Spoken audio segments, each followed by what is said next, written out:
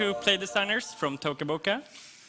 I'm Petter, and I work with creating apps for kids, specifically something called the Toka Life series. So what that means is sometimes I say it means I decide what's funny, sometimes what's fun as well, but more like actually it's working with the user experience and the interaction design as well as play testing the apps with kids. I'm Willow. I'm a play director at Tokaboka, and I am responsible, if I can call myself responsible, for coming up with the concepts. I also work on our latest series, which is Toka Life, and that's quite a big thing for Tokaboka because it's how many apps so far? 8, is it? Yeah. We've done 8 in this series, so it needs a bit of thinking and strategizing behind it. So I also do that. And today, we're going to talk to you a little bit about what we do at Tokaboka. It's this. No. So Tokaboka is a studio here in Stockholm. We also have one in San Francisco. Our Stockholm studio focuses on the products and the making of things. The San Francisco studio focuses more on the business side and the marketing. And we make what we like to call digital toys. And when I say that, I mean, if you think about a good toy, that's something that you can come and pick up, and intuitively, you will know how to play with it. You won't need any instructions, you won't need anyone to tell you what to do. You can just do it. And that's what we search for in every single concept that we're doing.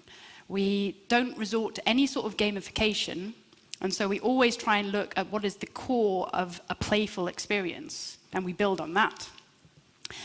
And officially, we have released 38 apps, and so far we've had more than 200 billion downloads. Is that right? 200 million.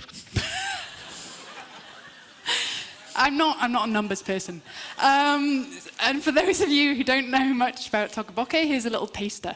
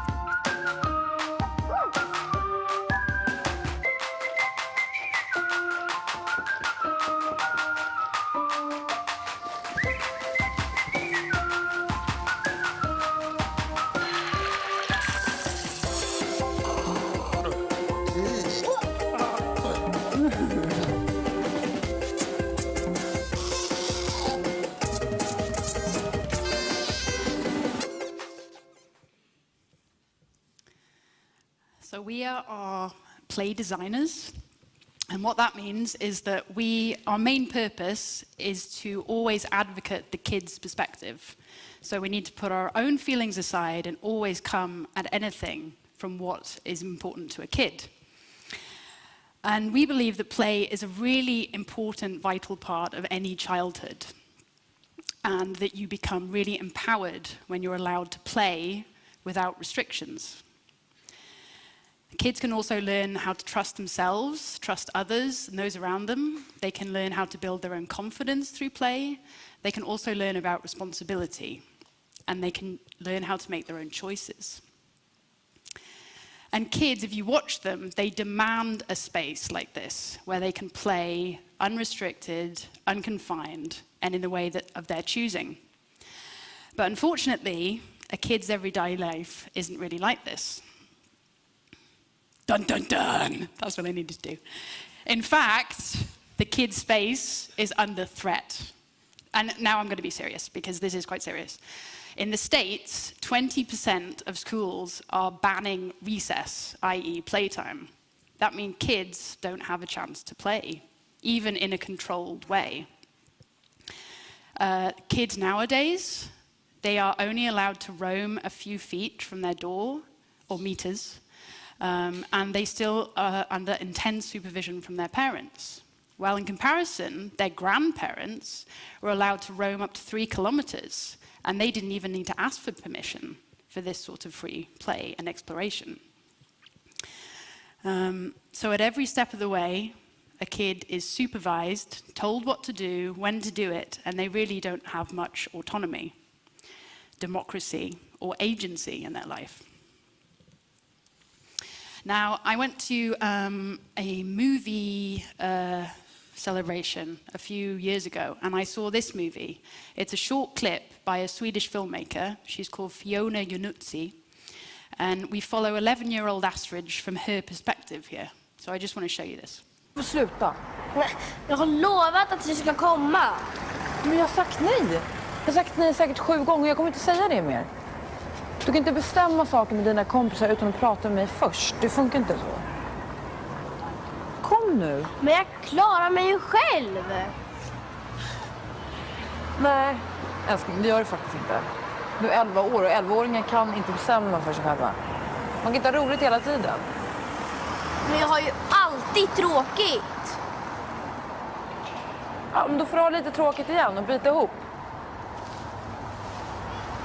Det kan vara bra för dig. Kom nu. Okej, nu går vi. Kommer du?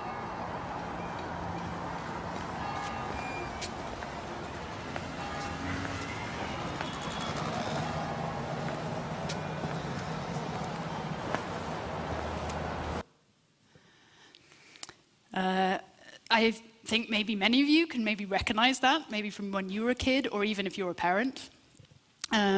But many kids experience that on a daily basis. They're told that they can't make choices for themselves, and they feel like they can't impact the world around them, and they don't have much control over it. They actually feel very powerless. Now, I'm a parent, so I understand that the parent and the kid's perspective conflict quite regularly. We have very different needs sometimes. Like a parent, you need to go to work. But your kid, maybe they need to build a seesaw for snails, you know, right then and there. And this can be very, very complicated. So we very, very rarely think about the parent's perspective. We just focus on the kids, because it's very hard to design something for both.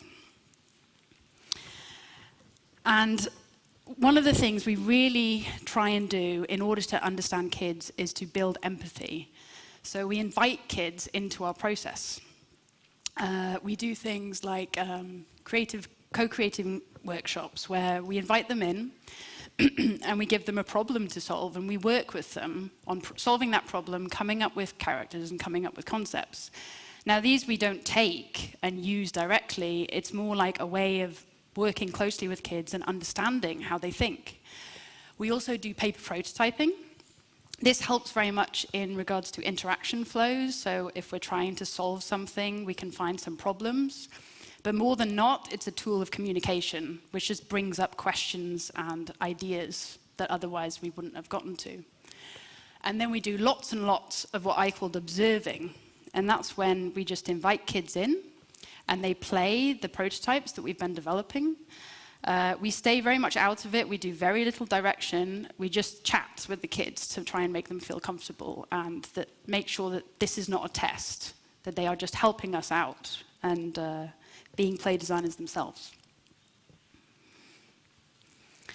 And we do all this because we believe that play is vital to a child's self-development. In his book, The Blockbuster Toy, John Del Vecchio talks about how a toy can transform a child, and he talks about these 3 types of transformation: a story lover, a creator, and a master. And we believe that play has the power to unleash the superpowers of a kid. So finally, this is Talk Alive. This is what Petter and I are working on at the moment. And this product or app or digital toy is centered around the story lover, the kid that loves to role play and tell stories about their everyday life. Now, if you pick this app up and try and play it as an adult, I guarantee you'll think it's shit. Oops, sorry, bad. You just won't get it. You'll think it's unfinished. There's not very much to it. What you have to do is you have to watch a kid play it, because so much is left out that they can add in their own imagination to things. There's very little instructions. There's absolutely none, actually. There's no set tasks or scripts, and a kid can basically pick up anything and do with it whatever they want. They have a choice, and they can become the author of their own play. So I'm going to show you a clip. This is Mia, the time she was 6 years old, and she's basically showing you how it's done.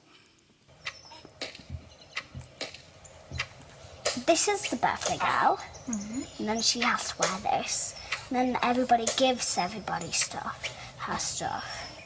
Here you go, and then they just keep on giving her stuff till she's all full, like that. And then they do that stuff, and they can do it.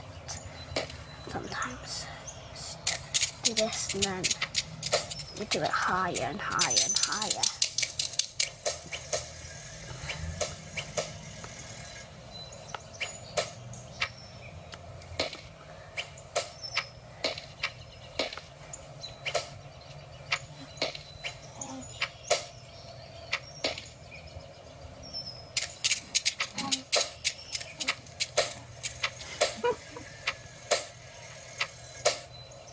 She likes it. You may have noticed there how fast her hands are moving when she's interacting with it, and that is one thing that we see as being really, really empowering. The kid doesn't feel that they try something and then they can't do it. They instantly feel, aha, this is working how I would imagine this to work, and I feel in control here.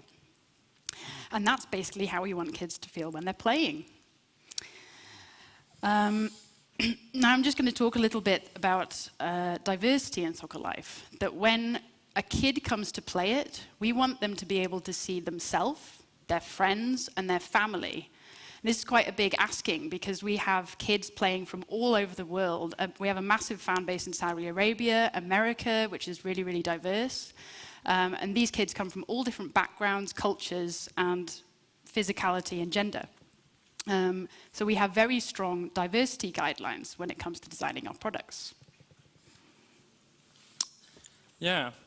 To start my part of the talk, I want you to see a video here. So this is it's not some of our products or anything.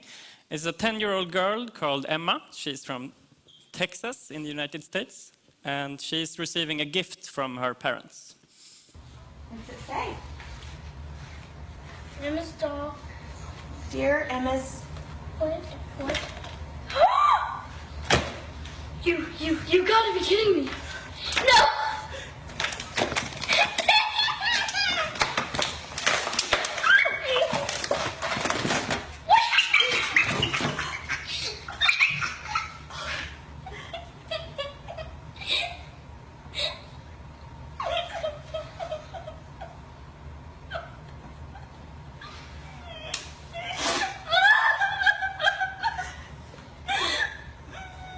Show it to us.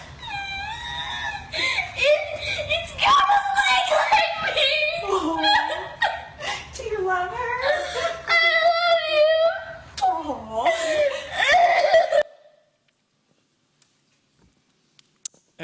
Yeah, so I said this is not a Tokaboka product or anything. I was shown this video, and it made me think about a bunch of things. So the parents have sent this doll to a company called Step Ahead Prosthetics, and they made a prosthetic leg for the doll. And it was the same leg as Emma has. So it's really important to be able to see yourself in the toys or the stuff you consume. But it's also important to see people who are not looking like you, because they are also a part of our world.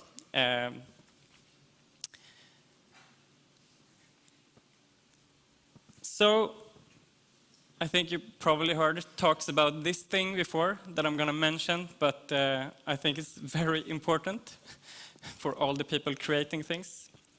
We all have a choice when we are designing.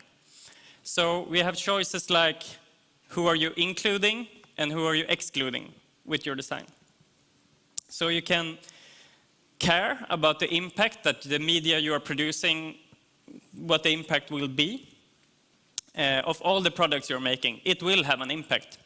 Or you can choose to not care. That's also a choice, quite binary, like caring or not caring. And by not caring, you're effectively putting your head in the sand. I got overwhelmed starting to work at Tokaboka because the company had existed for a bunch of years in this role, because there are millions of kids playing with our apps every day. And well, then I just feel like we have to care. We have to care and care and care about what we do for all those kids. So rewinding a bit, this is what toy aisles looked when, like 6 years back when Tokaboka started. It is still the way many toy aisles look today. You have the blue aisles for the boys' toys and the pink aisles for the girl toys. This has changed and become a little bit better. But in the world in general, this is basically how it is.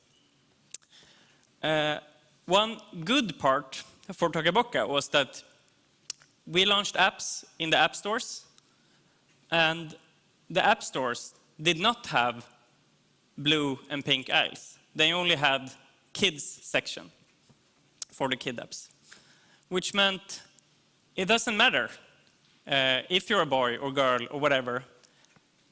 We'll just make apps for you, whoever you are, and we don't have to be put in either of those aisles, because we could carve our own way in this new digital space, doing unisex or gender-neutral apps for you to pick up if you feel like this is something for you. So we had worked with gender neutrality for many, many years, thinking a lot about that in our apps, and also doing workshops with people who came in and taught us things, and we went back and changed more apps and went back and forth.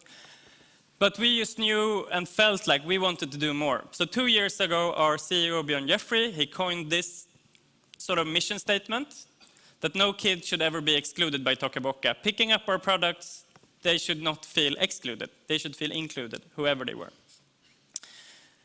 And this was sort of the startup for us to continue and do more things. So there was a lot of talk then about diversity, and a lot of projects starting at the company that people volunteered to take part in. And I'm going to talk about one thing I worked with a lot, with a bunch of other people as well. Because working with diversity is easy. Yes, everyone knows exactly what diversity is. You do? You sure you do? Could you say exactly what you mean with diversity? Because I thought that I could, but then I thought about what does it really mean? Because we need to know what we are working. We work with diversity. It is, well, it's race, it's this, it's gender. Is it only, or is it those things? Or what are the things that we should focus on when we say diversity? The more I worked with this, the harder it felt. But I knew that, like, by talking to people and getting input, we were getting somewhere. So we had worked a lot with defining diversity, and this is sort of the list that we ended up with. So this is not like diversity at Tokaboka in general. This is the list for, or like the starting point for defining diversity in our products. So the like creative outcome of a Tokaboka app should think about these aspects of diversity: physical characteristics, cultural, functional diversity, body shape, gender, family structure, and age. So these are the aspects that we think can be applied to digital toys for kids that we are making. These might change. We have some other like sub-aspects that we sometimes look at as well, but these are the main ones we work with. So I'm going to show you some examples of how we apply these aspects working with the Toka Life series. So first, physical characteristics. This is working with all the human characters. We also have some fantasy characters that don't really apply here, but all the human characters we create have a variation of skin color, hair color, and hair type. Another thing we work with is functional variety. So we always try to include a variety of people with different functional varieties. Sometimes it's the base of the character, like the prosthetic leg, but sometimes it's more objects that you can play with, like maybe a blind eye or a wheelchair. And of course, as Willow has shown you with how you play in this app, this wheelchair, you can put anyone in the wheelchair. So now this person is in the wheelchair, or this person, or no one is. It's all up to the kids and how they play to decide. Another thing is gender. We always try to think about this and break stereotypes of which gender is doing what when they sort of are placed in a position or an outfit where they're doing some kind of job. We always try to think about gender as a scale, so not thinking only in male and female. And it often comes up as a discussion point because there is sort of a mapping when we start creating the characters. We should have this many male and this many non-binary characters and this many females, and maybe what they should do. But we don't really tell anyone else other than the people working specifically this. In the company, they're like, yeah, couldn't he do this thing in the marketing? We're like, is it a he? Or is it a she? And also this is, of course, for the kids to decide themselves. Whatever they feel someone is, they can play with it. And also it becomes super interesting when the kids change their outfits or their hairstyles. And there's always this sort of negotiation when you see kids doing that. Now someone turned into a female or male. Always up to the kids to decide however they want to play it. Another thing that sort of I get introduced to thinking about when we made an app about going on vacation, we noticed sort of when we played in the early prototypes, not even with the app, more like paper and things like that, that family was this important thing. When you go on vacation as a kid, you go with your family. So then we started thinking about family structure. And family structure is the most common family structure you know of is, of course, the nuclear family. But there are other types of families, such as grandparent family, single-parent family, or multicultural family. And so we just try to sometimes represent different kind of families in the series. The last thing I'll show you an example of is age. We try to give everyone, both young and old, agency. So you can be like this super cool llama baby, or you could be an old surgeon. So we have this vision of not excluding any kids with our products, and that is not easy. It's this big, big challenge for the whole studio. So we just have to remind ourselves that we are learning together. And also, the more we work with this and the more we learn, the more it feels like we can do even more. Sometimes it's too technically advanced to do something, but we know that we have a goal and we will work towards it. And this comes specifically to the artist doing all the illustrations and characters and things like that. It can many times for them, when we start to talk about these things, feel like this overwhelming task. I have to think about this and this and this and this. At the same time, they want to do like high quality products that look fun and cover all these other things that we also try to achieve. So we know and we choose not to think that you have to check all the check boxes every time you create something. Our goal is to have a very diverse portfolio overall. But of course, every time we have an opportunity to do something good and feel we can be norm creative instead of just going with a stereotype, we try to do so. And the final thought with sort of that we brought up when we worked in workshops with different teams, creating guidelines and checklists in the diversity work we made, is just like to accept and understand that nobody is perfect. We all come from different backgrounds and different places. And sometimes someone says something in a meeting that you feel is sexist, or sometimes someone says something else that just makes you angry, and there will be misunderstanding. So we've heard it earlier today, the importance of communication, and I really want to emphasize that I agree with that. A trick, though, is that you actually know that, well, the people who started to work at this company probably did it because they care about the outcome and what we do. So, like, you can start with having the assumption that they actually didn't mean anything bad when they said that thing that you felt was really bad.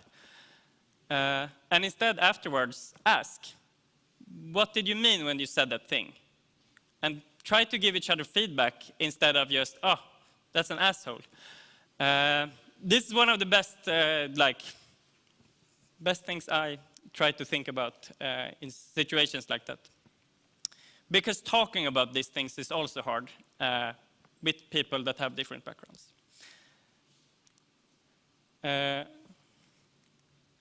Yeah. So we all strive for creating inclusive and empowering experiences for kids all over the world. So I want to finish with showing you a girl who are describing one of these experiences. And Toka is a good game for people because they're free to do anything they want to do but really can't do in real life. Like what? Like steal stuff. That's not good.